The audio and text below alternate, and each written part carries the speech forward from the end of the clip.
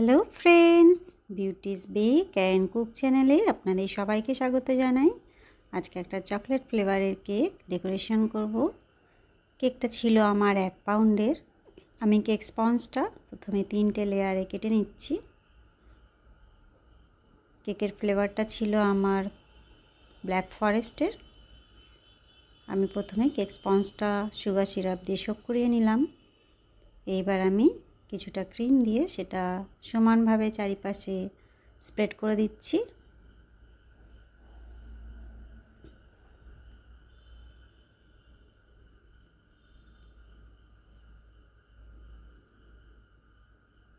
এবার আমি কিছুটা চেরি ক্রাশ এর সঙ্গে মিক্সড করছি।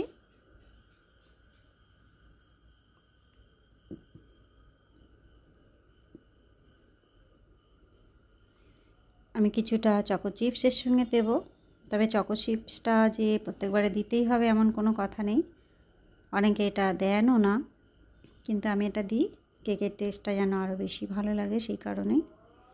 আমি এর উপর সেকেন্ড লেয়ারটা দিলাম, দিয়ে একইভাবে এটা সোক করিয়ে নিয়ে ক্রিম দিচ্ছি। এটা সমানভাবে আমি চারিপাশে ছড়িয়ে দিচ্ছি। এই ক্রিম দেওয়ার ব্যাপারটা যদি না বুঝতে পারেন বা সমান লেয়ারিং হবে কি না, কম বেশি হয়ে যেতে পারে, যারা বিশেষ করে নতুন আছেন তাদের জন্য বলবো সবসময় পাইপিং ব্যাগে করে ক্রিমটা ব্যবহার করলে সেক্ষেত্রে প্রত্যেকটা লেয়ারে সমানভাবে ক্রিমটা দেওয়া সম্ভব হবে। আমি এখানে আবারও কিছুটা চকো চিপস দিয়ে দিলাম, দিয়ে এর উপর আমি 3 নম্বর লেয়ারটা দেব।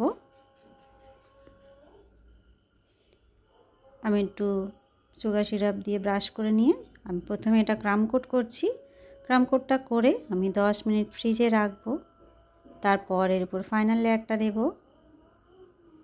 প্রতিবারেই আমি এই প্রসেস ফলো করি। 10 মিনিটের জন্য আমি এটা ফ্রিজে রেখে দিই। আমি এর উপরে ফাইনাল লেয়ার দিচ্ছি।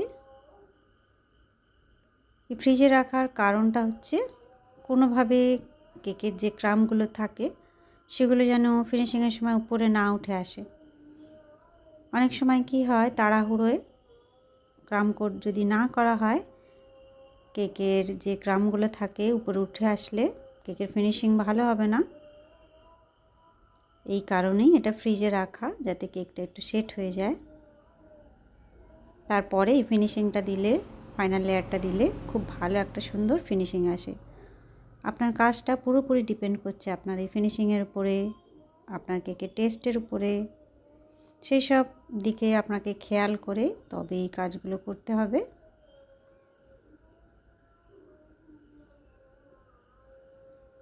এই ফাইনাল লেয়ারিং সময় একটু টাইম নিয়ে করতে হবে যেন ফিনিশিংটা খুব সুন্দর হয়। তাড়াহুড়ো করলে হবে না।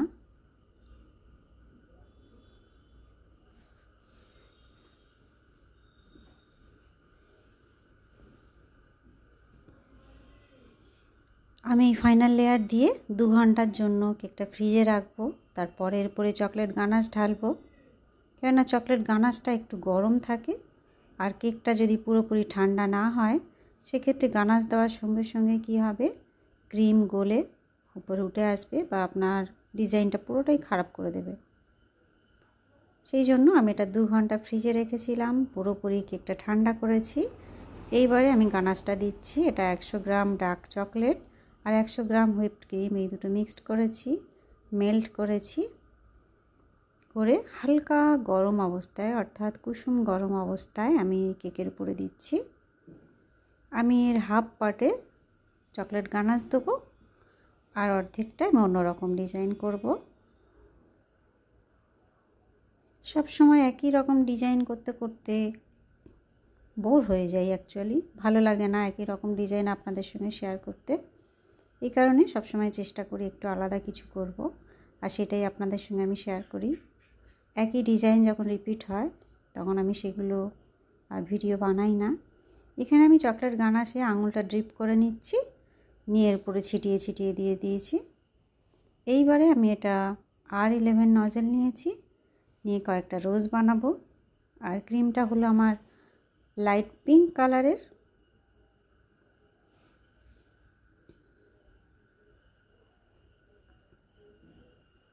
দেখুন কীভাবে ফুলগুলো আমি বানাচ্ছি। আমি এবারে ফুলটা রাখার জন্য একটু ক্রিম দিয়ে নিলাম। এতে কি হয়, ফুলটা একটু উঁচু থাকলো, দেখতে ভালো লাগলো, আপনার রাখতেও সুবিধা হবে। এইভাবে আমি 3টে রোজ বানাবো।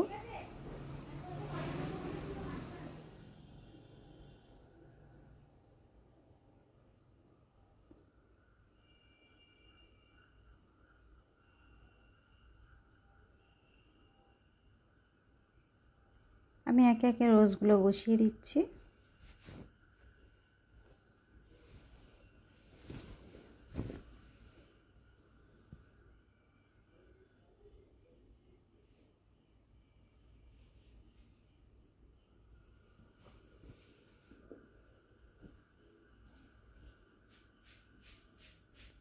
এটাও বসিয়ে দিলাম। আমি একটু ক্রিম প্রথমে দিয়ে নিয়েছি। এবার আমি নিচে বর্ডার করছি। এই R11 নজল দিয়েই বর্ডারটা করে নিচ্ছি, আগে পিছে করে।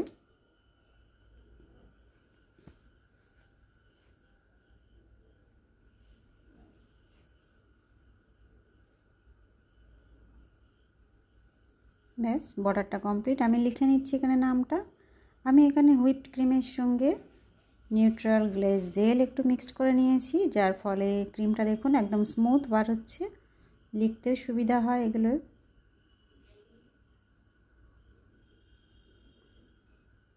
নামটা আমার কমপ্লিট। আমি কয়েকটা গোল্ডেন সুগার বল নিয়েছি, নিয়ে সেগুলো একে একে দিয়ে দিচ্ছি। ফুলের উপরেও কয়েকটা দিয়ে দিয়েছি। দেখুন বন্ধুরা, কেকটা আমার কমপ্লিট করে ফেলেছি।